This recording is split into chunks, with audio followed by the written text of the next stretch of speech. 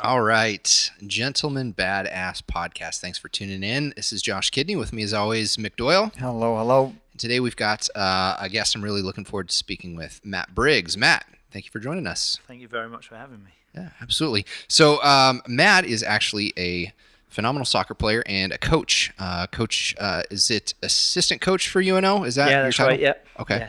Yeah. And he has coached in many places all over the world, and he's won a lot of different, accolades. So I'm looking forward to talking to him about sports a little bit, and then about coaching and really just developing people. And he's English, and I like him. Yeah. So that's kind of that is a bonus. Yeah, it's a bonus. Yeah.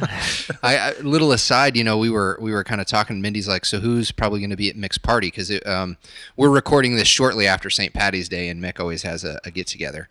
And I was like, well, so and so, and then Matt Briggs, and she's like, so how am I going to know who these people are? Because I'm notoriously bad at introducing people, and I'm like, well, Matt is British, so you'll probably recognize his accent. And she's like, Mick gets along with a British guy, and I'm like, I know. It's Only over here. only. Can't do it back home. But anyway, so yeah, with all of our guests, let's kind of just start with your background, like where you grew up, what you were like as a kid, maybe some funny, interesting stories from back then. Yeah. So I was born in Norwich, which is on the east coast of England, or East Midlands, and then moved to Lincoln. When I was 11 or 12. And when I was in Norwich, it was quite a nice, really rural area. I moved to Lincoln, ended up moving halfway through, so ended up going to a slightly rougher school, which was a good life lesson for me. It was a school called the City School, and it was on sort of where we had two housing estates, so quite rough areas there where the pupils were coming. So it's good eye opener for me, good life experience to learn how to survive that a little bit and see what. So then from there, obviously, was really poor in school. Like, was not interested at all. I was actually come up with a way to get out of classes. Like I told the teacher that when I looked at the papers and read notes and everything, that the lines blurred. So then she took pity on me. It was like, why are you such a bad student? I come up with this story. So then she took me to a counsellor, able to get out of classes. So I thought, I'm having some of this. So it was brilliant. So sort of frauded my way through that a little bit. Awful in school. Was the guy that, hey, Mick, you doing your homework? No, I'm not going to do my homework. Josh, you doing your homework? No, okay, I won't do it either. And then I'm the only one that gets to school the next day and has done no homework. So scrambling. So finished off with 3 C's, I think, which I think is good because it doesn't matter where you start. I think it helps highlight where you could go if you put your mind to it. So I finished with 3 C's and it was awful. So got out of high school, got into secondary education. I don't know how, by hook or by crook, and then did we do work. Did you do work placements or work experience back home? Yeah. So had a 2-week work placement. So I was lucky enough to get into the local football club, Lincoln City Football Club, as like a community coach. So we went into elementary schools and primary schools, we call them there. Yeah. Taught soccer for, did 6-week blocks of the school. So I got into that for 2 weeks and I thought, this is a bit of me, because school wasn't. So I asked if I could get into that, and was there a job? No job, but can I volunteer? Yeah. So that's really where I started off, at 16, just left school, wasn't for me. And were you playing much football then too? It's funny because I read one of these questions, when did you notice that you excelled at it? And I never did, to be fair. I was pretty average, very average. So, I don't know. Everyone plays, don't we? We all play back home. And we love it, but I was very mediocre. I'm very fortunate. I say fortunate, I worked hard, but fortunate to end up coming out here and playing at college at smaller schools and did that bit, but no, I never excelled at it. Would you say an average British or Irish player is going to be better than a good American player? No, not at all, mate. No, okay. No, there's a lot of good players here now, especially now. The American system and US soccer, I think, are doing a great job. So, okay. No. All right. So you started coaching then, you said around 16 is when you started coaching? 16 I got into it volunteering, and then just sort of went from there, really. And you came over here for college then, and you played in college. You played for, was it Bellevue? Yeah, so at 16 I went. At 16 I did a year out, and then I joined a sports college. So that was the thing where sports science was coming in. So I did a 2-year course there. Was equally as bad in that field. My mates had just been released from playing football full time. So then I was just going to the park and having kickabouts with them. So I wasn't that interested in school then either. but got into coaching. Was fortunate enough after doing football in the community work to then go into the Centre of Excellence, which is the academy, so the professional side of the youth game there. Got into that 18, and then saw a note on the notice board at the college that I was at. It was Coach in America. So Okay. I was fortunate enough, I applied and got a summer position coaching in America for a company doing summer camps.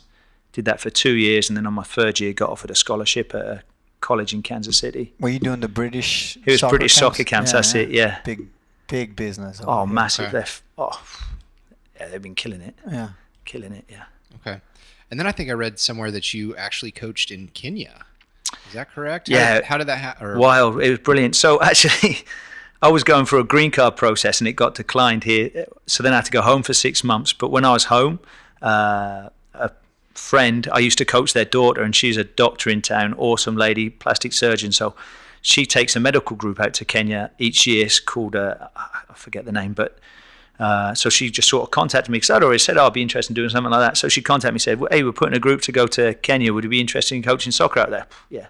I'm back home. I'm doing bits and bobs, but I'm not really doing a lot. So, just sort of lined up. She put me in touch with someone, flew to Amsterdam, then from Amsterdam flew to Nairobi, got on a bus with the medical team, met the medical team there, drove about an hour and a half, 2 hours from Nairobi, and there you go. I was just out on myself with one guy called Hesbon, who was unbelievable. Just went into different communities coaching. It's literally life-changing. Yeah. Unbelievable. Yeah. So were these yeah. kids, I mean, I imagine that that's a game that just most people are just going to play. Had these kids been coached before, or? That's the wildest thing, mate. And like, I think here, balmy, well, not here, but like soccer, people can earn a fortune coaching soccer. And I'm fortunate enough, I don't earn a fortune, but I make a living from coaching soccer. And we'll keep spending money to get our players better. The game is a great teacher. And if you're surrounded by great players and you're surrounded by the environment, then the game's going to teach these people how to play. And these kids are some of the best kids. Like, they're comparable with anyone you'd find in an academy. And no, they don't get coached. Like, they just go out and play in their community. But they're watching the game. They're all Arsenal fans, Man United fans, Chelsea fans. They're growing up playing with older brothers or watching their parents. So the game, they have coaches, but the coaches are working. It's not like they're coaching and training them 3 nights a week and there's a transition of money. It's just, no, we want to coach and we want to play and we'll go and set these games up. We'll get on a bus. But they're all good players. Like, there's some real talent out there. Yeah. Yeah. How long were you in Kenya then? I did 2-week stints. So Okay. I went 1 year for 2 weeks and back again for 2 weeks. Okay. Like I said, life changing. Awesome. Yeah. How impoverished were the areas? Like, bring you to tears. Like, you see it on TV and it doesn't hit home, and then you get there and you're like, I remember one day I've gone to a place called Chalamet, and I'd never seen anything like it in my life. Like, never seen it. We actually, we picked a girl up who was walking, and so I'm driving, I'm paying a driver, myself and Hesbon were driving to this place, and we pick a girl up, and she's walking with a baby. She's a teenage girl, but she'd walk into the next village, and Hesbon's thinking that she's been sold for cattle from a family, sold for something to this somewhere else, I don't know, but like being traded for cattle. Wow. But the balmy thing is, out there, you go to Nairobi, it's like, looks like a Western city. There's so much money, people driving Lexus, big sky-rise buildings, like there's people making a killing there. And then you go just down the street in the slums. So that's a strange one for me. Yeah. Yeah. Yeah, I took a trip in 2009 to Ukraine. Okay. And we actually did some work in an orphanage there, and they call them social orphans. Basically, it's not like their parents had died. Their parents just decided they didn't want these, and these weren't infants. These were teenagers, and so we kind of lived on the orphanage there. But every single day they were out there playing football. Yeah. Soccer for us American folks, and these kids were, I never had the soccer league. I played baseball, basketball, all that stuff as a kid. I never really had a soccer league. I thought I wanted to play, and so I kicked around a ball in my backyard for a while, but these kids were so phenomenal. Yeah. And these were, just kids living in an orphanage. And that's another thing is, talking about that poverty, like, especially in Ukraine and that part of Eastern Europe, these I think they said the statistics were 75% of the girls were going to be trafficked. Jesus. You know, and 90% of the boys would end up in a life of crime. And so we're sitting Yeah. here hanging out every single day with these orphans. I don't think most people don't realize how good we have it here and how bad it can actually be. No, we're in a bubble, aren't we? Oh yeah. Absolutely. And you think now we're in a bubble here in a wonderful place, but 20 minutes down the road, people have lost everything. Yeah. It's The balmy. floods, yeah. It's Oh, yeah. balmy. Yeah. Yeah.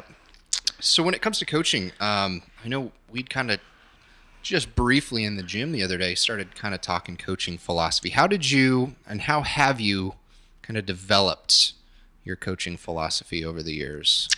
I think it does take years, and perhaps me, I don't know, but you're probably not the same boxing coach you were 10 or 15 years ago. No, you're constantly evolving. And I think it does. Like originally, I was horrible. Like I was the angriest coach ever. I was joking the other day. Like we took our team to Mick as an opportunity for different training. I used to take team to Mick to punish them after a loss. Like that's how how mental it is. Like I used to be awful. I horrible with regards to if we made a mistake, I'd jump all over a player.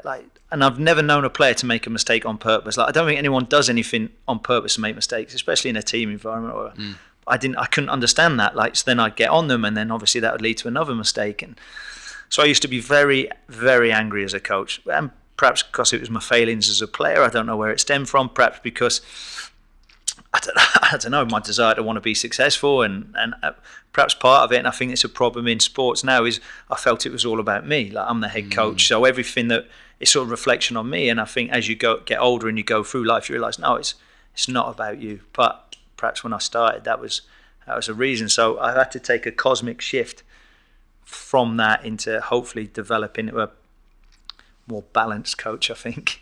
Was there like a tipping point? Was there one day you said, "Oh, I need to do this differently," or was it just a slow and gradual? It has a number of things. So I'll be honest, I come close to losing my job at Bellevue because I was not in a good place with the players. I started taking a leadership master's degree. I started reading a bit about leadership, funny, in the master's degree, like I started it, and it's you take these self-tests, like these evaluation tests, and I get the results. I think, oh, the test's wrong. Right, it's not me, right? The test, and I take another test. Oh no, the test is nonsense. And then you start looking into it, and you're like, no, probably it is me. Like I do have to change. And then during that period where I had to go home for my green card, I then started taking some courses with the English Football Association.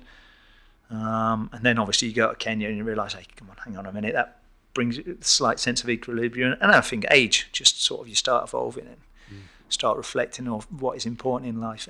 But I think you have to be open to evolving though too. You Yeah. know? And I think age sometimes is that, or seeing, like you said, sometimes how the other half have it. Yeah. And you realise, hang on a minute, my shit just isn't that bad. It's just not that heavy. You know? Check yourself at the door because Yeah. it isn't about you. So let's say you have like a new recruit, a new student. How do you go about evaluating the best way to coach them? Do you have a process for that, or? That's a great question, but I think so everyone's different, right? So if we've got 3 people in a room now and we're all taking a boxing class or whatever, you would need to be taught different to myself, to you, and maybe different techniques, but also in a different way. And I think that's really interesting because I think you take all your coaching courses and you go through life and you're taught what to do, but you're not taught how to teach. Unless you're a teacher who goes through that. And I think anyone that's a coach should take teaching classes because we might be taught how to jab, how to hook, how to cross, but unless you're taught how each person learns, how can you actually teach? So I think that's something we've got to be cognizant of as a teacher or as a coach, but actually we're teachers. I think you've got to get to know the person. Right, like everyone's different, so your story is different to your story. So I've got to get to know a little bit about you, Mick, and a little bit about you, Josh. And if we know a little bit, then there's an emotional connection. Then trust develops, and then we can learn how each other works. And certainly, I wasn't like that at the beginning. I was horrible at the beginning, but now I think it's all about just be cool, develop a connection. Yeah. Okay. Yeah, and I think one of the big things that I run into a lot as a coach is, well, you have an advantage because you're a fighter. But I don't think that gives me any kind of an advantage. I mean, if you look across other sports even, Like, look at the top basketball coaches. Look at the top soccer coaches. They weren't great soccer players, or some of them, in the NBA, some of those coaches never even played. Yeah. So I think you're right, is that if you can be a teacher and a leader, that's more important than maybe your self-demonstration of how the game should be played or anything like that. Yeah. I think sometimes, for me, knowing what it takes to fight, for instance, and having that come relatively easy for me, sometimes I have to check myself when I look at a guy going, Jesus Christ, why isn't he getting this? Mm-hmm. I'm like, well, okay, I got it easy enough, but that doesn't mean the next guy is. And sometimes it's kind of a curse in a way, because your expectation is always sky high sometimes. Well, Tim Ferriss talks about that when he's trying to find kind of interesting subjects. One of the questions he asks is, who is good at this that shouldn't be good at this? Because typically the people at the top, they're going to be good. They're going to have some sort of genetic gift. It's not always the case, but you look at the UFC champions and any football player, any basketball player, there's genetic gifts there. Mm-hmm. And so oftentimes if they're trying to translate that into teaching someone else how to do it, they can't do it. They're not very good at it because they didn't actually have to learn quite as much as someone. So when you find someone who, one of the examples I like to use is there's a big difference between the best and the most improved. And a lot of times there's more to learn from the most improved than there is from the best. Or at least maybe the most improved might be a little bit better at teaching it or training. So I don't know, that's just... I think it sort of goes back to, did we teach them? Like, you hear it so many, I've told you 1,000 times, I've had to tell you again. Yeah, but perhaps they don't learn by being told. Perhaps there's 5 different ways to learn, and if we haven't found out which way each person learns their best, and then hit them that, how are they going to learn? It's but I think as coaches we want instant results, and in youth soccer we're desperate. We crave instant results because that appeases the people that are paying the money, and that's the way that we can feel good about ourselves. Okay, well, I'm going to tell them, and then I'm going to move them manually, or here, we've got to do this, you're not doing it, I'm going to get you out and put someone in. We've got to learn how each player learns, and then we've got to be able to teach in that manner, and we've got to be patient in the process because we don't know when learning is going to take place. It's not because I told you today how to do this, you're going to get it tomorrow. And maybe if you do get it today in training, doesn't mean it's going to translate into the game, because it's a completely different environment with completely different pressures, with a completely different opponent. So I think we've got to be more patient as coaches, and especially, and there's different areas, right? So there's youth sports, there's college sports, and there's professional sports. And perhaps in professional sports you can't be patient because you'll lose your job. So you need to be a little bit more direct. But certainly for me, and this is my opinion, it doesn't mean it's right, and I'm not arrogant enough to think it's the only opinion. But there's never a game in youth sports that you're going to have to win. Not over development of the individual. And it isn't the development of the team, because that team's going to disband at 18 and they're going to go play somewhere else anyway. So we develop the individual in that group environment. But we don't do that because we want to take shortcuts. And I think America is brilliant in so many assets, and we want to win, and we're driven to win, and there's nothing wrong with wanting to win, especially if you're fighting. You've got to want to win when you're fighting. But in youth soccer, there's never a game you're going to have to win, especially at the detriment of developing the individual. My thoughts. It doesn't mean it's right. It's just what I feel. But I think even in a broader sense, I mean, we're obviously talking about coaching in their respective sports, and this podcast is going out to people who are maybe not fans of soccer, or maybe not even fans of sport. I think what you're talking about tapping into how people learn is just in a broader sense of how do we make people better, like for us anyway, and with the idea of our podcast, how do we make men better men? And I think, soccer aside, jiu-jitsu, fighting aside, we have to encourage people to find the ways that excite you about a challenge, and then surround yourself with people and mentors especially that will kind of be savvy enough to guide you along to just be a better person, better man, better player, better husband, whatever it is. You can't be too close-minded, not to open yourself up to learning and improving. Well, I was listening to Seth Godin's got a great podcast called Akimbo, and he was talking about kind of this exact same thing about, if you're trying to teach a kid how to ride a bike, a lot of times we went about it for the wrong way a long time. And so basically someone went out there and they looked and thought, how can I actually teach, what does a kid actually need to learn to ride a bike? And the idea is balance. They need to learn balance, and training wheels don't teach balance. Turning the pedals isn't the hard part about the bike. And so they invented the Strider bike, which is just a tiny little bike with no pedals. And the kid, walks it with his feet, and then he balances for a while, and he walks it with his feet, and then he balances for a while. And then transitioning to an actual bike is so much easier. And he the example he gave was in basketball. He's like, why are we putting 7-year-olds on an adult-sized basketball court with an adult-sized ball and expecting them to learn basketball that way? He said, we may be better off. We may be serving the kids better if we teach them, maybe they're playing on a smaller court. They're playing with a smaller ball, but they're still learning teamwork. They're still learning how to communicate on the court and how to move and how to work as a team.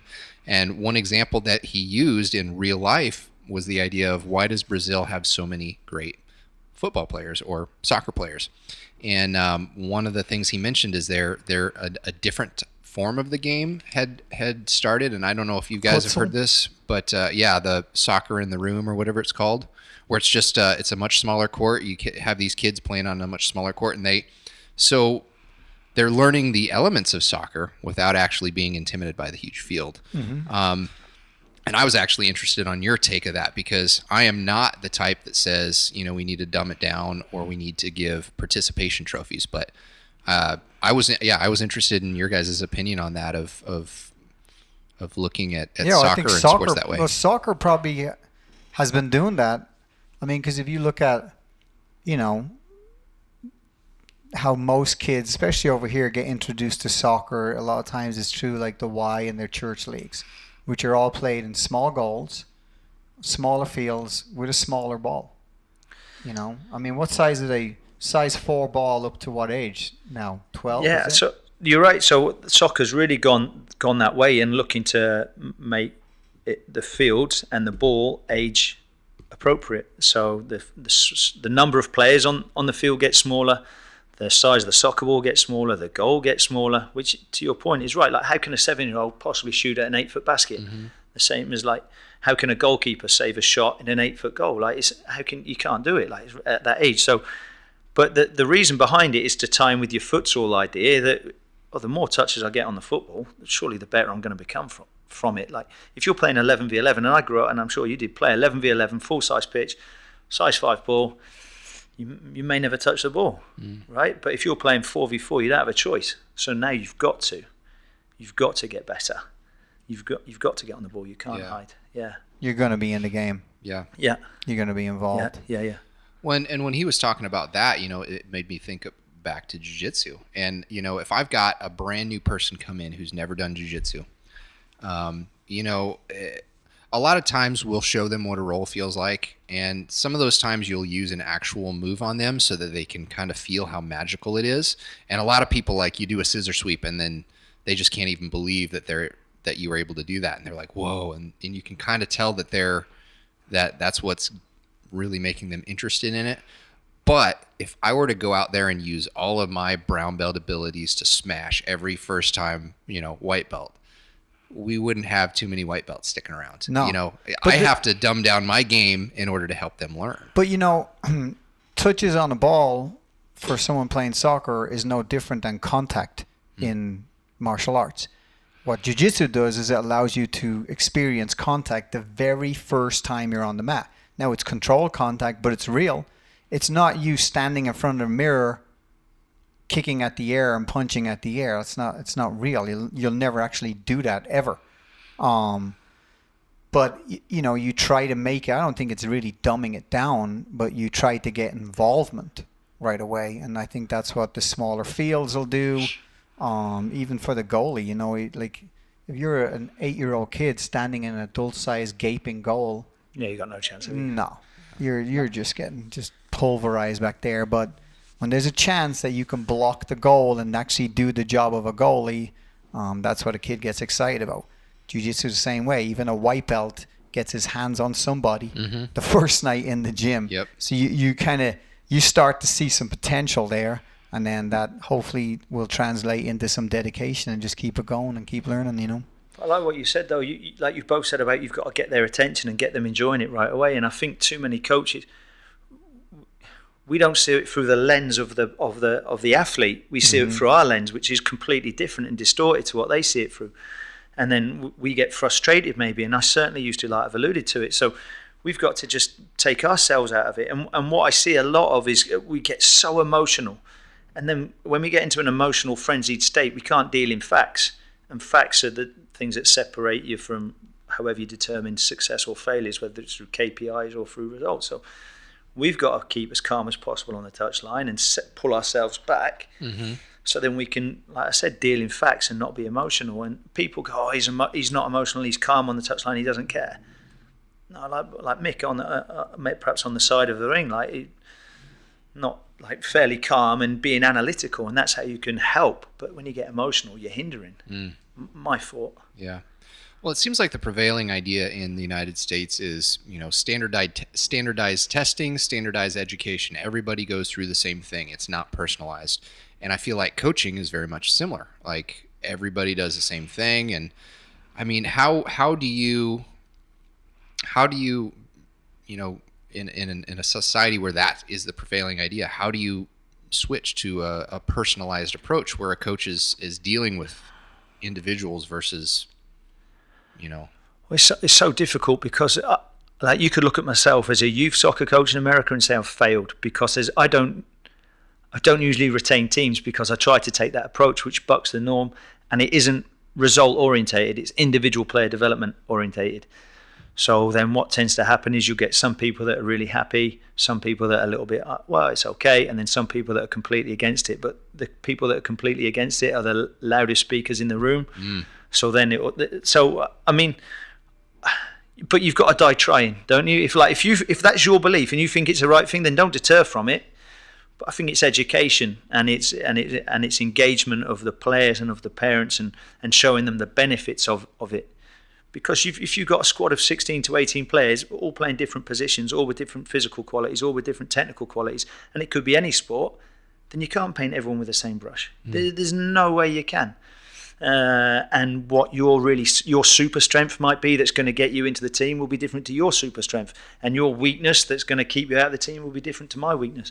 So like you've talked about teaching, we need to start working like teachers, I think is my belief. Like, my wife, she's unbelievable, and she's a resource teacher, elementary. So for the children that have the learning difficulties, she has to set IEPs, so their individual education plans. Is that right? I think for each one, like this is what we're doing, and this is our, what do we call it, pedagogy. So we're following this, and boom, these are our steps to this.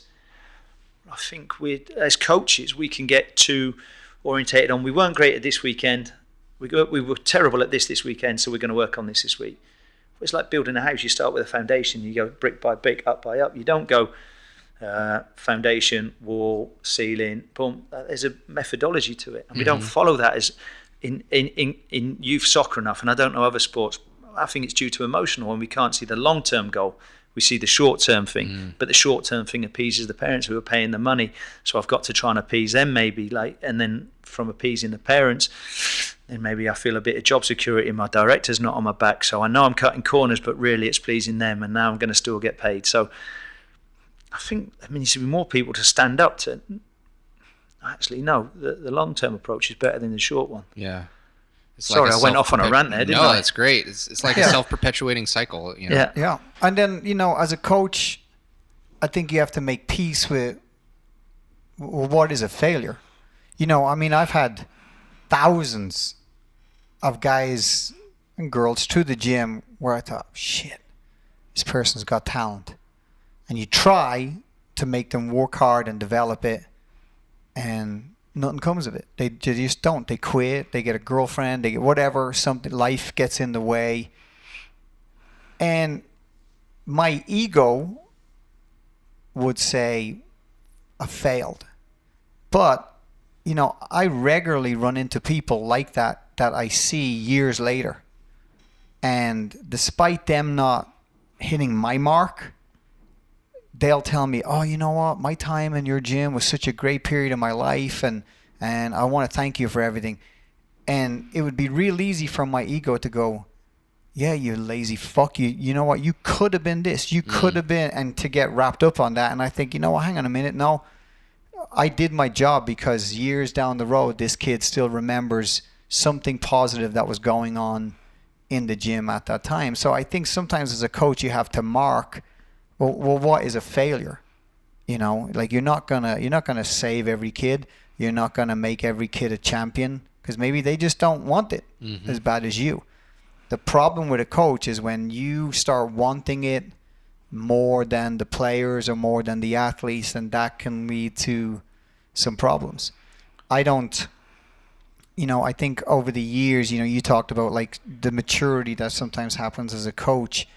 I certainly don't feel like I've lowered my standards, but I have lowered my expectations sometimes to allow me to stay positive and just continue to do what we do at the gym, and know that we're going to pick up some people along the way, and maybe they won't reach the end of the journey, but when we drop them off at whatever stop along the way they get off, they've had a good positive experience. And I will, I've known Matt for a lot of years now, yeah, and I do know that any parent that I ever talked to that you were their kid's coach, they didn't talk about, when Matt Briggs was my kid's coach, we won this. It's usually, he was such a great influence on my daughter. He was such a great influence on my son. And like those, I think there's definitely some hope, because there are people out there that recognize the process, not necessarily just the podium, So I think that's important, that we have to balance that. Yeah. And I'm in a sport where the longer you stay in it, the risks are real dangerous, and so you want to, when a kid says to me, hey, I want to be a professional fighter, my first instinct usually is to talk him out of it. I'm thinking, would you not become a police officer instead? Be better for you. Yeah. But if you want to be, then here's what it's going to take. And if you can't, live up to that, when I know what's going to take to put you in the ring, then part ways, and best of luck to you, and hopefully I was a good influence and I got you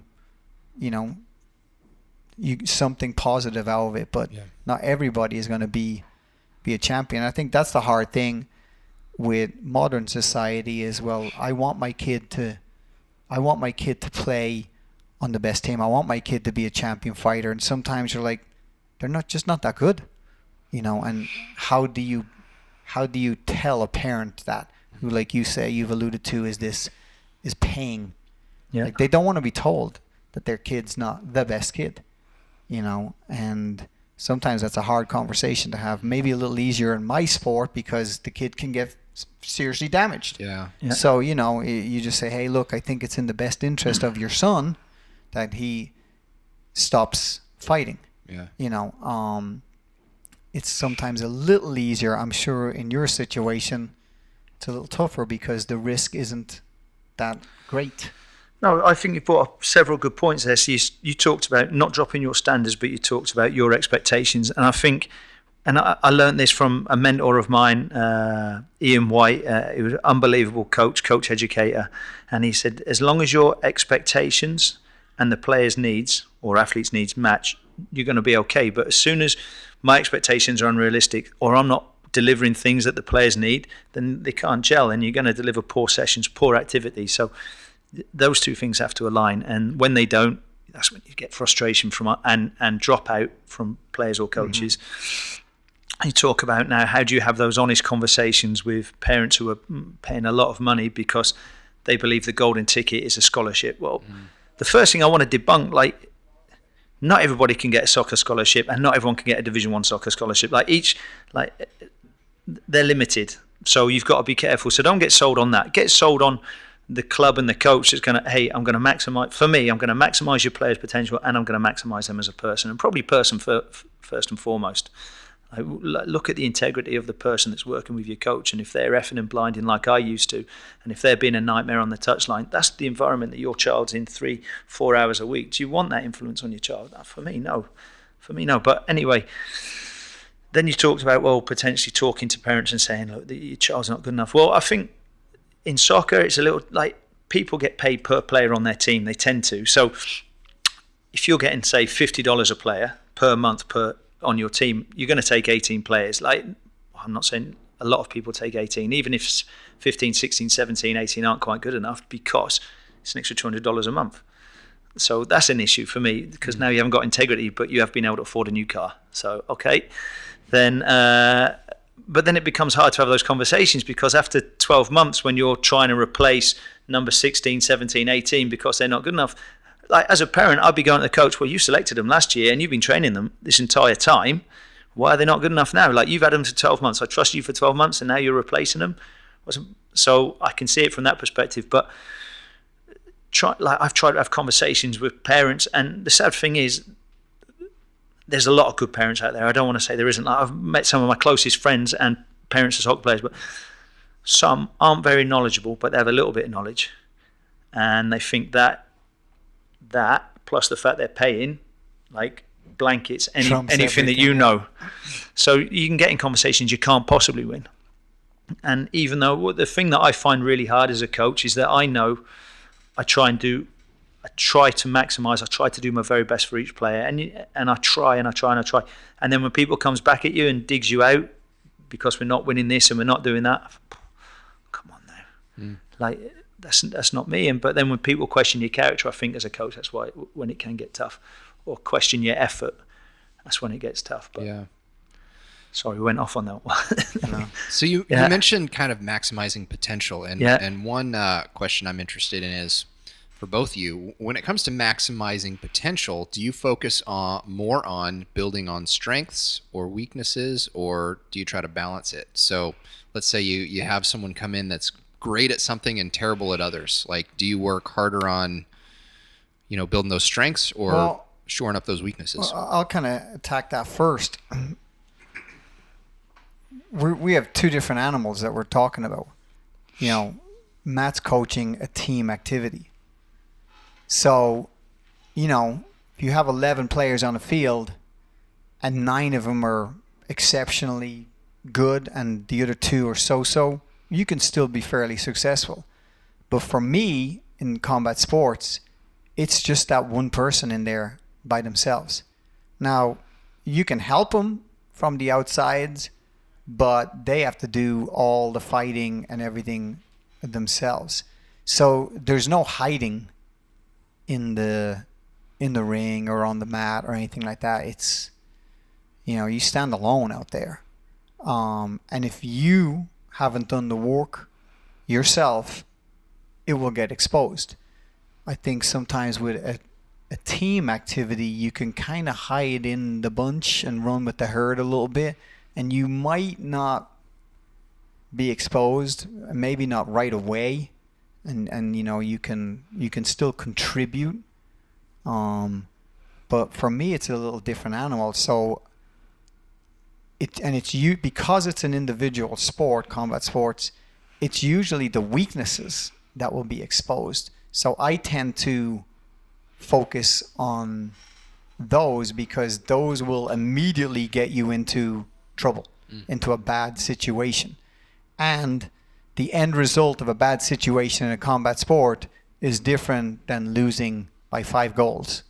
The end result in a combat sport is someone's getting hurt, someone's getting knocked unconscious, someone's taking damage that potentially could have some long-term effects. So for me, I want to plug the gaps. I want to plug the dam, so they don't just kind of bleed out into the ring before those kind of mistakes manifest. I don't know, what's your... What I find exciting is that we've got 2 different coaches talking about 2 different things, and I don't think these conversations happen enough, because I can learn so much from you and what you might attack, and I think sometimes you just get in our bubble of this is our sport and we don't look outside of that. So I think for me it's exciting to listen and learn.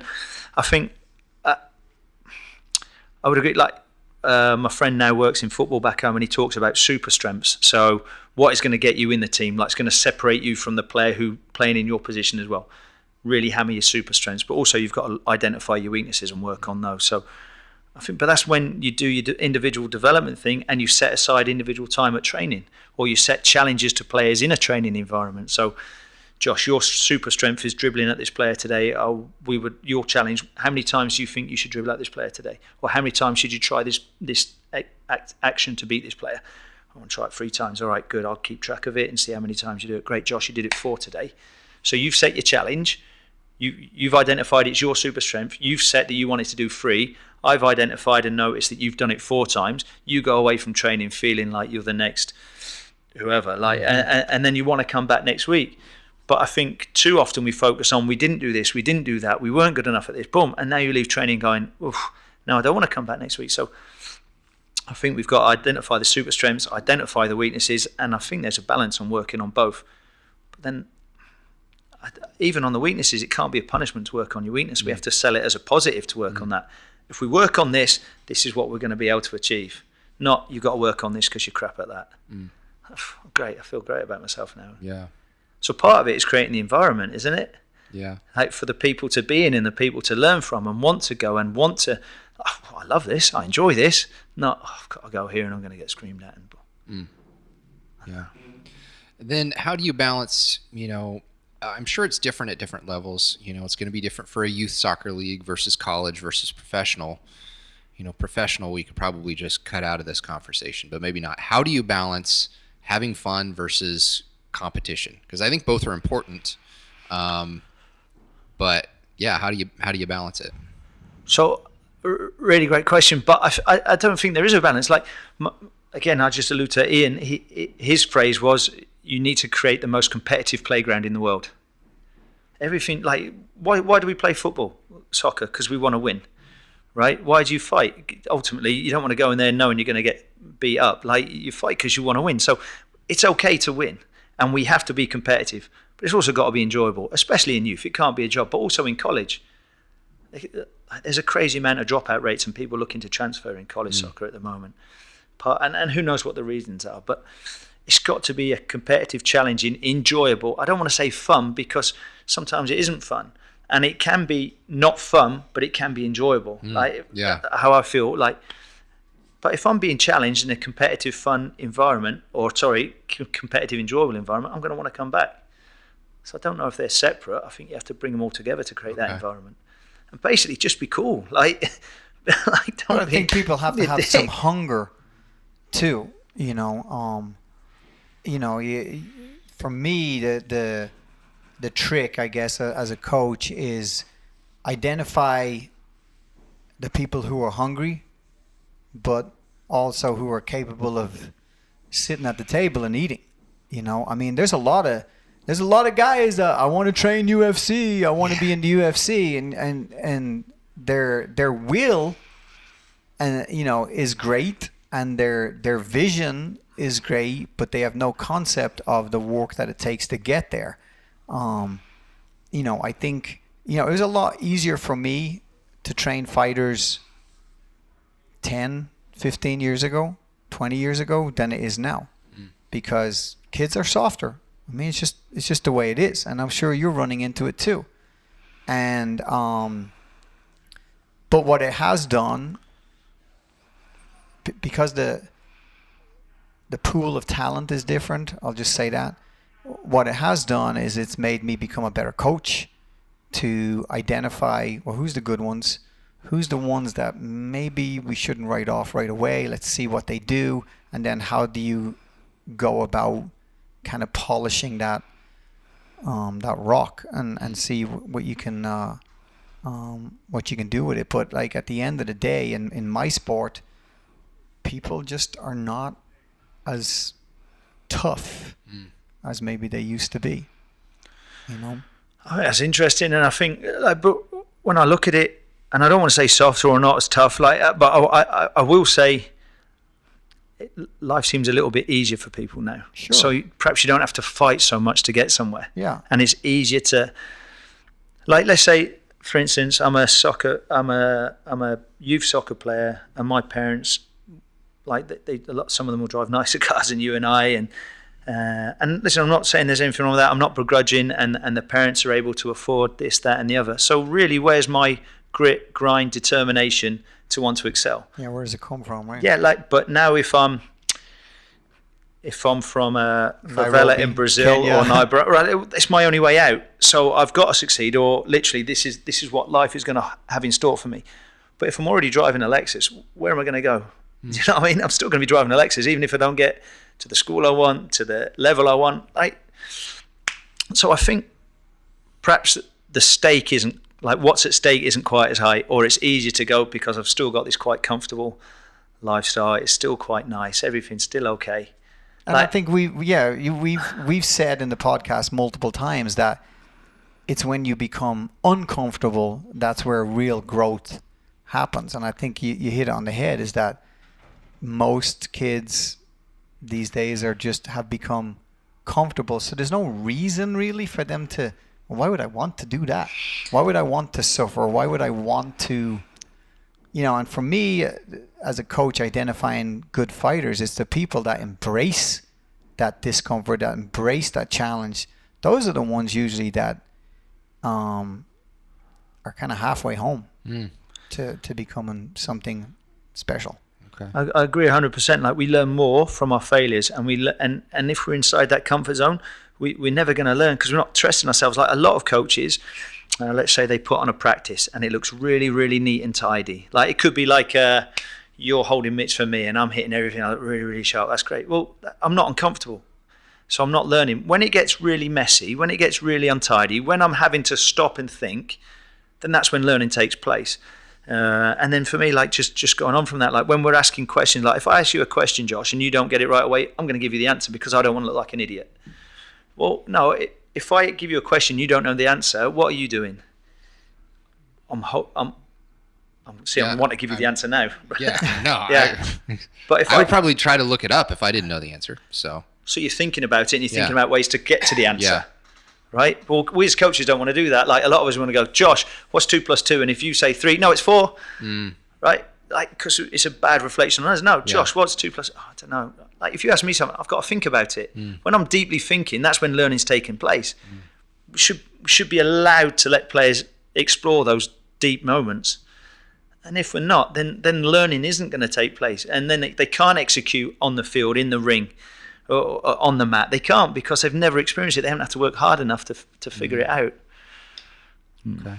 So kind of the opposite then, I guess, of that question. So one of the things we're seeing today is parents kind of really forcing their kids to be specialists. They're not playing football, baseball, basketball, soccer. They're playing one sport, and they're just specializing on that sport all year. And I don't remember the hockey coach. I think he was actually a pro hockey coach, but he was talking about, these kids who've been playing hockey since they're 3 and nothing else, but they can't actually, reach up and catch a puck above their head because they haven't developed those motor skills because all they've been doing is playing hockey. What are your thoughts when it comes to that type of specialization when it comes to sports training? That's a hot topic at the moment. Yeah. It's a hot topic. And again, these are just my beliefs. I think to a point we should all have many, many different experiences. And who's to know at 11 that all I want to do is hockey? Like, who's to know that? And that could change. But also, there's so many physical motor skills that transfer from, like, you look at, there's so many similarities between sports as well. Hockey and basketball and soccer, and all, there's a lot of similarities there. But there's, like, in the way the games are executed, we're trying to play in triangles. But then you look at the physical components and how things, I might learn something in here, like you alluded to, that's going to help me in here. But I think the biggest thing is your social groups. Like, we're a nation and we're a society of this. Like, all we want to do is look at our phone. Like, it's balmy to think that 3 men could sit in a room and talk for an hour without even looking at their phones. Yeah. But if we weren't in this environment, maybe one of us would pull the phone out and that would trigger out another phone. And then you get to a training session, all kids want to do is that, okay, I'm going to put phone, training starts, put the phone in the bag, go for a water break, boom, get my phone out. Like, at the end, straight, come on, people, like, there's more to life than being stuck to your screen. So I think perhaps the biggest thing is when you're changing sports is you're changing different social groups. And then you're getting to learn and interact with each other, which I think is a lost art. Like, how many people know how to shake a hand properly? Like, doesn't happen, does it? Come on, people. Like, again, my view, so it doesn't mean it's right. But to a point, and it all depends what level you want to get to. So what are your needs? I think at some point, if you can be a professional athlete, probably at some point you have to start shifting your attention away from the other ones and really start honing in on this. And what that point is, I don't think you can put a specific date, timeline. Perhaps as a person, perhaps it's because your career's taking you that way with extra time in training, extra travel, extra whatever it is. But for me, again, it goes back to an individual basis. Certainly, I think we can have many different experiences, especially at a young age. Like my son now, I want him to experience everything, and whatever he chooses in life, for me, he'll be fine. Like if it's dance, if it's ballet, if it's boxing, like for me, it's fine. Just be the best that you can be at it and be the hardest working person in the room when you're doing it. But whatever you want to do is great. But now at a point, boom, whatever you decide, whenever that feels right for you and your career path, now perhaps we'll hone in on this. Yeah, I would agree. I think having that variety, but then, it's longevity too. I've seen so many people that attacked a sport very young, not sometimes by their own design. Sometimes it's parents living vicariously through the kid, and that's a big problem. Where the kid experiences burnout. So by the time they get to 16, they've been forced to do an activity that they really didn't want to, and then they rebel and they become sedentary and develop lifestyle habits that aren't good. I think experiencing lots of different physical activities, especially when you're young, is vital to your physical development. You're trying to develop an athletic blueprint for the rest of your life. Whether you stay, you physically can't compete at the highest level in any sport for very long. I think, isn't the NFL is only like 3 years or three, like be lucky, mixed martial arts maybe at the highest level, maybe 5 years, maybe. And that's not counting all the abuse that you've taken just to get to like the big stage. But then what's like after that? Like, what, are you going to continue to be active? Or are you going to just turn into a fat slob who needs major surgeries because you did too much repetitive motion when you were a young kid? I mean, it's sad that there's such a thing called Tommy John surgery, for baseball players, specific to baseball players. Yeah. And these kids are having to have this surgery at, age 14, 15, 16 already, because somebody thought it was a genius idea to have you throwing fastballs at age 7, 8, 9, 10. I think you have to be very careful about experiencing burnout, and having variety is a surefire way to not allow that to happen.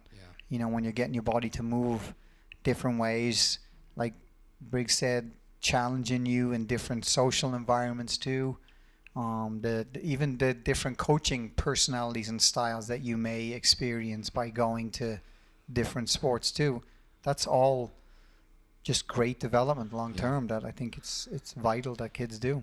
Well, and if you look at a lot of, some of the best athletes out there today, that wasn't their path. They weren't specialized. I've gotten the chance to hang out with Chris Kelsey, he played for the Huskers, and then he went on to play 10 years in the NFL for the Buffalo Bills. But he told me when he was leaving college or leaving high school, he was actually going to go to college on a basketball scholarship.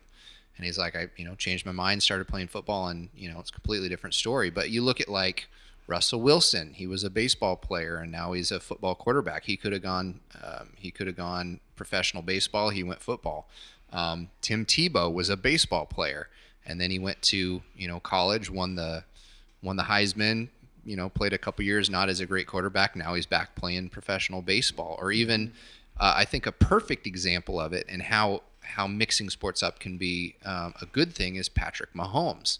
Because if you see some of these throws he makes as a quarterback, well, he was a baseball player. His dad was a pro baseball player. And some of these, like the dude will switch hands to throw the football, or he'll throw like a sidearm or an underarm to throw around a defender, which, we'll see if the NFL figures him out this year. They certainly didn't have him figured out last year. And he was just pulling all this stuff off, which if you're only playing football, the only thing you're going to know is football. So just like, I don't know, there's mixed martial arts. If you were to say, well, what's the ultimate martial art? Well, you could say jiu-jitsu, but I would say probably the actual ultimate martial art now is mixed martial arts. It's all of them put together. Who knows? Maybe the same could be said for sports. Mixed athletes. So I think you take little components, little ingredients from every environment you're in, and then you sort of put it together, and then hopefully you've formed a finished article. But there's like experiences that I'll take from boxing, whether it's from being coached by yourself or one of your other coaches in the gym, that I'll think, I really like how that was done. I'll take that into my coaching environment or my playing environment. I just want to go back to what you said about lifestyle, because I think that's one of the biggest things is as coaches, and I look at the nutrition of players and I look at like, hey, what did you have to eat this morning? I didn't have anything, just got off a training. Oh, what are you going to have? Oh, just convenience food. We're just going to grab something on the way home. Like, how are we, like you said, the longevity for an athlete is small. It might only be up until 18. It might be less. Like, it might be 22 to finish college. So what are we as coaches? Like, let's be responsible, not just for the then and the now, but for moving forward. Like, how can I help you? How can we work together to give a healthy lifestyle for you moving forward? Yeah. So, and perhaps we talked about success and failure. Perhaps success is that you work with a player, they've really fostered a love of the game, and now they want to give back to the game at some point down the road, whether it's coaching their child's team or their neighbour's team or something. Like, it can't just be X's and O's, wins and losses. Like, I think there's a bigger, more holistic, bigger picture that we can take to it. Yeah, if you as a coach can be the catalyst that, gets someone on the right path and they live into their 90s and can see their great grandkids versus dying in their 60s because they're, it's, I agree. And I think that's what I respect about both you guys is that, it's not just about the sport, it's about building the person. Building the individual. And I mean, how many stories of, I don't know your stories personally, but I know a lot of them with Mick, with Titus and with just a lot of the fighters that come in, and whether or not they become national champions, like they're put onto that path. I think that's an important thing. So yeah, I think aspiring to greatness is not a bad thing. Yeah. And holding people to a higher standard, if you know that they're capable of it, that's not a bad thing either, but I think sometimes coaches shy away from it because they're afraid of backlash. And I mean, that's a common thread throughout society, is people being afraid to do the right thing at that right moment because, well, I may experience some backlash. And, I may be wrong, I may be going off topic, but I think life is so narcissistic now. Like, is it like everyone's like plastic? Like, there's plastic people. There's no soul. I'm not going to say there's no soul, but I think everyone's so like, well, what about me? Like, you'll post something and hope you get 1 million likes. Like, if I'm doing something really, really well, I'm going to post it. If I'm at the doctor's office, I'm going to post it. Like, come on, like, that's absolute scrambled egg on toast, isn't it? Like, I'm just trying to get people to give me some attention. Like, and that's fine. But for me, it's a little bit. And this is just me again. I think it's a little bit narcissistic. It's not about me. It's not about you. It's not about you. It's about helping each other, right? That's society, and life is about building relationships with people, and coaching, we like boxing and mixed martial arts and fighting is your vehicle, or your music is your vehicle to build relationships with other people. Same with you and doing the podcast and your music and singing about a bit like mine is soccer. Like, I can build relationships and hopefully build lifelong relationships and help impact lifestyles in a positive way. So for sure, we're servants to other people. We should be, but no, it's always about me. And that was my initial problems as a coach. Everything was about me. You did that, well, it's shame. Boom, it's about me. It's poor reflection. No, we've got to be able to help each other. Yeah. And if we don't, like, where's community then? Like, there's no community if we can't help each other. Yeah. Sorry. Well, no, and you're definitely not the only one that thinks that. Like, as I was preparing for this podcast, I was looking through Instagram, and David Goggins posted a video on his And he's like, I got a letter this morning. Of course, he's running as he's telling the story because that's what David Goggins does. But he's like, I got a letter this morning from a guy. He's like, I want to be a ranger, and I'm not afraid of the training, but I'm afraid that if I fail the training, that everybody is going to look at me as a failure. How, what should I do? And he's like, the thing you got to realize is that so many people are mediocre, and so when someone tries to go and do something great, that makes them feel bad, and so they're going to want to try to pull you down, the whole crabs in a bucket. And he's like, it's so easy to be mediocre these days because you can post something on Instagram and get 1 million likes. He's like, you need to be the type of person that goes out and does something great regardless of what the mediocre people are going to say about you. So, and I think Artem talked about that in his podcast, didn't he? He was fantastic in his podcast. Yeah. Oh, work for your reputation. Yeah. But he talks about being mediocre as well. How he hates mediocre, how you could do a mediocre job and never get fired and just kind of skate your way through life. But in talking with people that are kind of high performers and really just trying to make something of their life, a lot of the same themes come out. And it's not that we all have the exact beliefs, but there's a lot of the same themes, and that's one of them. Like mediocre is a killer, or mediocrity is a killer. And you can still be mediocre and get paid a decent wage. And that's the thing now. You get into your comfort zone. Okay, I'm still getting paid this. I don't need to progress. I'm doing okay. Boom. And that's you, and that's your life. And like as coaches, players and athletes are trapped in our knowledge. And if we're not trying to continue to expand that knowledge, our players have only got a certain ceiling, or athletes have only got a certain ceiling. So we've got to look to progress them. And for me, with a youth player, if we're not making that player maximize their potential, and this might sound a bit off base, but I think it's borderline child abuse, because they've only got one chance to maximize their development. They don't have a chance to go back at 18, I'm going to do that again. Like, that is the player or athlete we've crafted. So they can't go back and go, right, I'm going to start off at 13. No, boom, you had me for 5 years and this is where you've got me. So if we're not maximizing, we're not doing everything we can, if we're not leaving any stone unturned, we failed that person. And yes, we might have a nice car and a nice house and be able to do X, Y, and Z, but this player hasn't reached theirs. And as a coach, that's our job.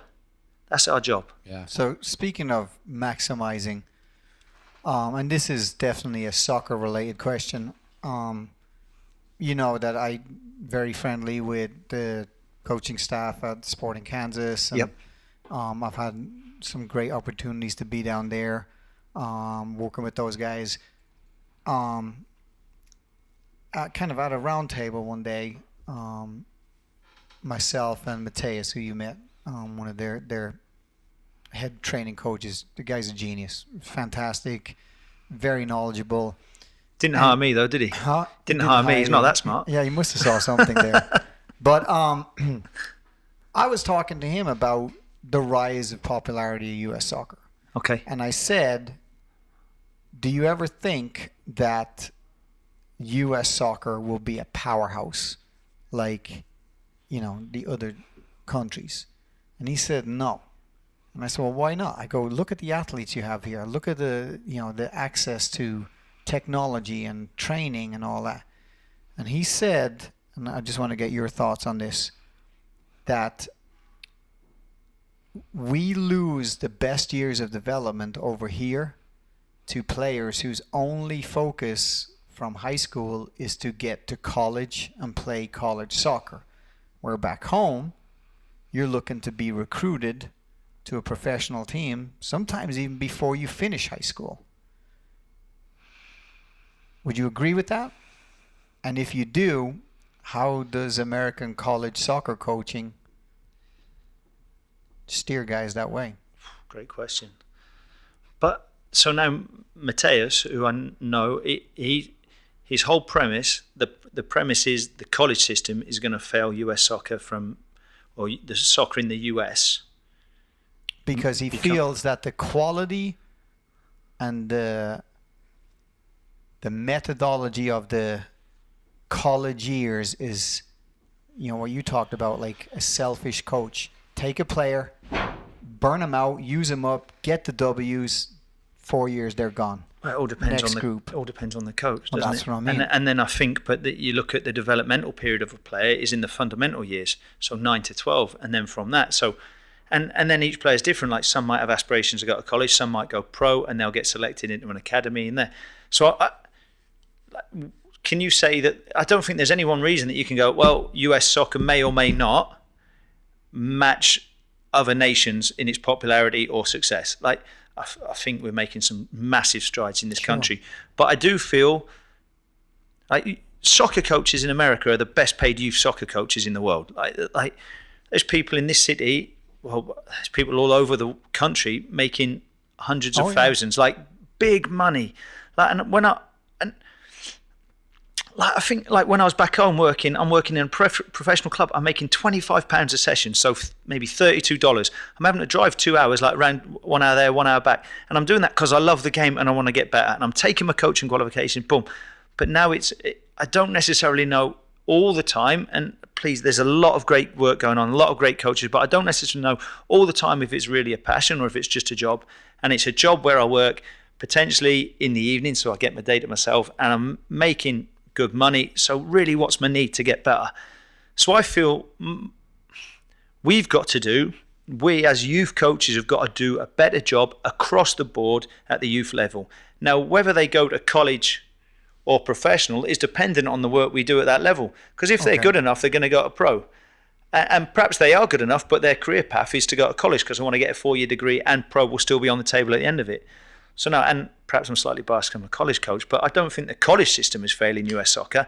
I think what we're doing at the fundamental ages across the board, and again, there's a lot of good people, whether they're and a lot of good American people. Like, sometimes I don't want to sound like I'm an English guy coming over here saying I know it all, because I don't. There's like, and we can go on to that in a bit maybe, but I don't certainly know it all. I've just got an idea that I think we can do a little bit more. And if all of us are committed to do a little bit more each training session, each time, step by step, we're going to get better, which will get the groups better, which will get the level of soccer growing better. But while I'm in a comfort zone of receiving a fortune, or good money, like more money than I'm on now as a college coach in youth football, what's my reason to? Mm-hmm. And, sorry, I keep going on, like, I think we get institutionalized in sport. So this is what we know. This is our bubble. This is what we know. If I'm good in a bad bubble, I'm still bad. Right? So we've got to get outside of that bubble. Yeah. In our thinking, I'm not talking about travel now. Okay, we've got to leave Omaha and travel to Timbuktu for games. Coaches have got to get outside their bubble, because it's great to be okay in Omaha or in Kansas or in wherever. It's great to be that. But look, are we great compared to what's going on in Brazil, like you alluded to, in Spain, in Europe, in wherever, like in China, in wherever? Like, are we great compared to that? Some of us are. Some of us may not be. Well, what are we doing to get to that point? Right. Sorry, so accountability to the coach. Yeah, for sure it is. Okay. We're accountable for, like, and you talked earlier about, well, they've got to want it, but we've got to inspire it in them, and we've got to inspire that if we do this, this is where we could get to. Can't guarantee it, but it's where we could get to. So I think for me, it all comes down to the coach. Like, that's what I believe. Yeah.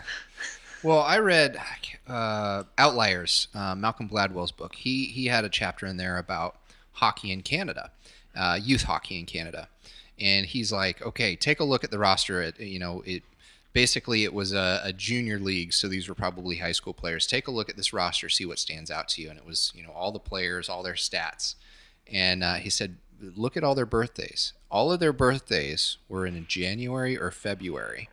And he's like, why do you think that is? Well, because they do a yearly cutoff. So all these kids who are born in January versus kids who are born in August, or September or December, are almost a year more fully developed than the kids in their own league. And so these kids, obviously they're going to be bigger. They're going to be a little more coordinated. They're going to stand out a little bit more, which means they're going to get extra coaching, which means they're going to be put into better leagues and become better players. So his kind of solution to that was, rather than doing it on a yearly basis, he said the same thing kind of happens at school. You put someone in school who was born in January versus someone in the same grade who was born in December, and the development is highly different between the two of them. Like his suggestion was to go quarterly, like base the school year on a quarter. All these kids born in this quarter versus, plus all these kids born in this quarter, so that it was more of an even playing field, so that that that advantage wasn't there. Now, physicality, everything. Yeah. I don't know. I mean, it seems to be logically true. I'm not sure if in my personal experience, I was born in January 9th. And so I got to play an extra year of Pee Wee baseball. And let me tell you what, I was a badass that last year of Pee Wee baseball, right? And then what's really funny is shortly thereafter, I moved to a slightly larger town. I went from a town of 350 to a town of 3,500. Playing on that baseball team, I was nothing. I sucked. I played 1 year just because I wasn't even good enough. I thought I was great, and I wasn't anything. But when I read that, it made sense because I had lived it. I was a badass because I was a year ahead. So along those lines, you see it more in soccer than you would in fighting, but do you see that? Well, I think that's really interesting what you brought up there, and I think now we're looking to, again, sort of on the individual thing, just because you're born in January doesn't mean that you're going to be the biggest physical kid, nor if I'm born in December I'm going to be the weakest. But I agree with what you're saying, that there is that year of learning that's taken place that perhaps the December player hasn't picked up on. But I think you have to look at each player as an individual. So now you can go off chronological age, which is what you're alluding to. We do in soccer now. If you've got the tools, you can do biobanding, so you can look at where players are physically, because especially in youth male soccer, you might have a 12-year-old that's got a mustache and one that's still here. So how's that? Yeah. So maybe you move the 12-year-old up to play 13s, and you move the 12-year-old younger one down to play 10s, but then there's a psychological component to that. How does the 12-year-old feel? But then you have to go back to your individual and your meetings with parents and your meetings with players and selling them on this is the best thing that's best for their long-term player development. We have the late developers. We know, a lot of the time you see the little technician, like a Lionel Messi, unbelievable technician, late developer physically, didn't really bloom and then you perhaps look at Cristiano Ronaldo, who's an absolute athlete. Perhaps, and I don't know, but perhaps he was a bit more developed physically than Lionel Messi was, so he may have been pushed to the forefront. If Barcelona weren't so in tune with this idea, they may have pushed Lionel Messi out the door. You're too small to be a footballer, rather than giving him the time to develop physically. And the growth hormone. Well, he did have that, yeah. Yeah. They actually did. That's how scientific their staff were. They saw this kid who physically didn't check the boxes, but technically was putting on a masterclass, and it just wasn't adding up. So they had their medical team check him out, and it turns out that he was, even at a young age, growth hormone deficient. So one of the selling points of this kid leaving Argentina to go to Spain was that he would get the medical treatment that science was saying was necessary in order for him to bloom. And they did. And that's the whole sports science. That's another thing that I've read. There's the book, it was called The Sports Gene, that was written several years ago, and it's talking about eventually we're very close to having genetic tests that say you are genetically predispositioned to be a football player, basketball player. Look what the Soviet Union were doing, back in the day. I mean, I fought in China. My last fight was in China. We, as part of the deal, we were being hosted by the government. We got to go to their Olympic training center. They made no bones about the fact that they were encouraging the union of a male top Chinese athlete to a female top Chinese athlete. And these kids were living at this training center. And, we got to spend half of a day there. And there were kids as young as 6 years of age that were being stretched and working on a balance beam for gymnastics, that were the children of former gymnasts. That's breathing an athlete. And the Soviet Union certainly were doing that too, and with chemicals on top of that. It's a scary thing. I still think Mother Nature will produce the Lionel Messis of the world and stuff like that anyway. Well, the cream will always rise to the top. Yeah. But so we know that. I feel like and I think you alluded to that earlier, there's always those outliers, the cream's going to rise to the top. But as coaches, we've got to keep pushing them. But what about the ones just underneath that? What about the ones that aren't great but have a genuine passion for it and we want to keep them in the game? What about that? We've got to inspire everybody that's under our under our umbrella. And if we're neglecting, and it's too easy to neglect the players that aren't that good, like to treat them like we lay blame on the players. Oh, he's not good. We lost this game because of this player. We lost that because. No, you're the coach. It's your job. Like, you took the player on. You've identified them to be part of your program. Work with that player. Work with every player. Don't. That's what they deserve. Yeah. And if we talk pay for play, that's what the parents are paying for. Right? So, like, your $50 is as good as your $50. Like, just because your child's better than your child, it doesn't mean I'm going to take $25 from you and use that 25 to spend 75 now on your player. Yeah. Like, no, like, everyone's. God, it get me nuts. Well, I definitely think we need more coaches like you. So I think, I think if we could see kind of a resurgence of that type of coaching, we would see some awesome results. Well, and not just for the sports, the respective sports, but just fucking good human beings at the end of it. Like, you can't do these sports forever. You can, but not at a high level, not at a professional level. You can be involved, but I think, if a coach has made an impact, a positive impact on your life at some point in your life, you tend to probably want to become a coach, or you're more willing to entertain the idea of coaching at some point yourself, which is giving back. But I think usually a big part of that would be that you were influenced by a coach at some point in your life who made a difference, and you feel, you know what, if some kid can get the benefit like I did from this person back then it's all worthwhile. Yeah.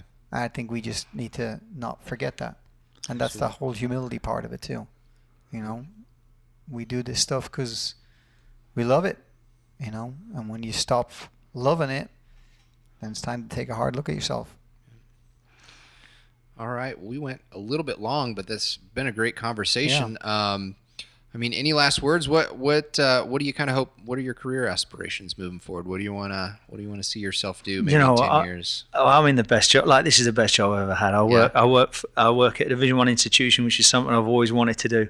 I'm working for a coach that's won over 450. Like, how much can I learn off this Coach Warman is unbelievable. Like, so my aspirations are hopefully stay in this job as long as possible, and work under Coach Warman for as long as possible, and learn as much as possible from him, his son Grant, and just being in that environment. Like, that's what. But my aspirations are to be a good dad. I got an 8-month-old, and I got another one on the way. So if we're talking about timeline, I just want my kids to be good kids, man. Awesome. Like, that's all I care about. Yeah. And stay married. Yeah. That's a priority. Yeah. But that's all I care about, mate. That sound like great goals. So. Yeah. All right. Well, I think we'll go ahead and wrap up. Matt, thank you so much for joining us today. Yeah, for sure. Been it was a great talk. Okay. Thank you for having me. Appreciate it. So we'll say bye to Matt, and then I'll be back with the book of the week. All right, so that was a great conversation with Matt Briggs, and I think the book that we've got today for the book of the week goes really well with the conversation we just had. So the book this week is a book called The Speed of Trust by Stephen M.R. Covey. Now, Stephen M.R. Covey is the son of Stephen R. Covey, who was the guy who wrote 7 Habits for Highly Effective People. And Stephen M.R. Covey, the son, was a college pitcher in baseball.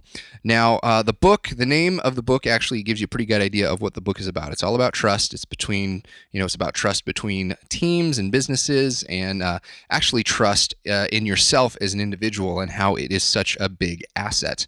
So I've got a couple quotes here I think are very useful. The first one says, this is about trust in yourself and building trust with yourself. It says, when keeping your commitment becomes hard, you have 2 choices. You can change your behavior to match your commitment, or you can lower your values to match your behavior. One choice will strengthen your integrity. The other will diminish it and erode your confidence in your ability to make and keep commitments in the future.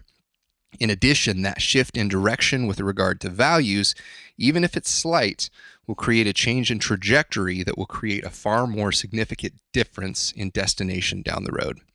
Now, I can attest to this idea personally. I remember back when I was overweight. I hadn't lost weight yet. And I just remember thinking, going into this challenge of losing weight, like, I never follow through on these things. Like I just suck. I'm not any good. And that's kind of a mindset that I had built up through my entire life. And so when I said I'm going to lose weight, and then I actually went and I lost weight, regardless of how hard it was for me to do, it really kind of changed me internally, and it set me on a path that put me in a completely different place than I'd ever been. That's, after that's when I found the gym and found jiu-jitsu, and, through all that, tons of things have happened. So I can attest that that idea of keeping your commitments to yourself is very important. Now, another little idea out of this book that I'm not sure if this idea originated with this book. I was trying to skim through and find for sure because it was a while ago that I read this. But this idea is another one that's been really important in my life. It says, we judge ourselves by our intentions and others by their behavior. So I'm going to say that one more time. We judge ourselves by our intentions and others by their behavior. This is why, as we'll discuss later, one of the fastest ways to restore trust is to make and keep commitments, even very small commitments to ourselves and to others. So that kind of ties into what I was just talking about, making a commitment to yourself. Same goes with other people. If you've got people you're in a relationship with that just don't trust you for whatever reason, you've let them down too often, the best way to get back into that is to not say, hey, just trust me. You've got to make little commitments and keep them. And after you kind of start building that foundation of making a commitment and keeping it, and making a commitment and keeping it, and they see that, eventually they'll be able to trust you again. The other thing that I like to take away from this, we judge ourselves by our intentions and others by their behavior, is just how we interact with a lot of people. I think one of the illustrations in the book is when we're driving. So let's say, I'm driving down the road and I'm trying to find a street. I'm not sure where it is. I don't have my GPS on, and so I'm having to kind of look at the stop signs, and someone behind me gets all fed up and honks at me. They start road raging. In my mind, I'm thinking, well, come on, I don't know where I'm at. What else can I do? I'm judging myself by my intentions. My intentions are good. I'm not purposely trying to keep them from where they're going. I just don't know where I'm going. But if you reverse that situation and you're the person in the back and someone in front of you is driving slow and you're honking, you're judging them by their behavior. You don't care, or I don't care, that maybe they don't know where they're going and they're trying not to get in a wreck and they're trying to find a turn. All I care about is they're in my way. So their intentions may be good, yet I'm judging them by their behavior. So keep that in mind. We judge ourselves by our intentions and others by their behavior. It'll help you maybe give some people some grace in situations where you otherwise wouldn't. So that is what we have got for today. Thank you again for tuning in. As always, go over to thegentlemanbadass.com. This book will be on the bookshelf. You can get a link to purchase it there. We've also got merch. The link to our Patreon is on our website, as well as a bunch of other stuff. We've started posted blogs up there as well. So every other week or so, we're going to be posting a warrior profile, a blog about some warrior that we've known and don't really have the opportunity to do a full sit-down recorded interview. So we send them some questions. They send us back answers, and some really interesting stories are about that, come through that. The one that I posted a little while ago was a buddy of mine named John Wooten, who was a Marine. He did a tour in Iraq, and he is now a musician in Nashville, as well as a graphic and web designer. So it's pretty interesting to see the parallel between those two worlds, and it's just a pretty interesting story. So check that out at thegentlemanbadass.com, and we will see you next time.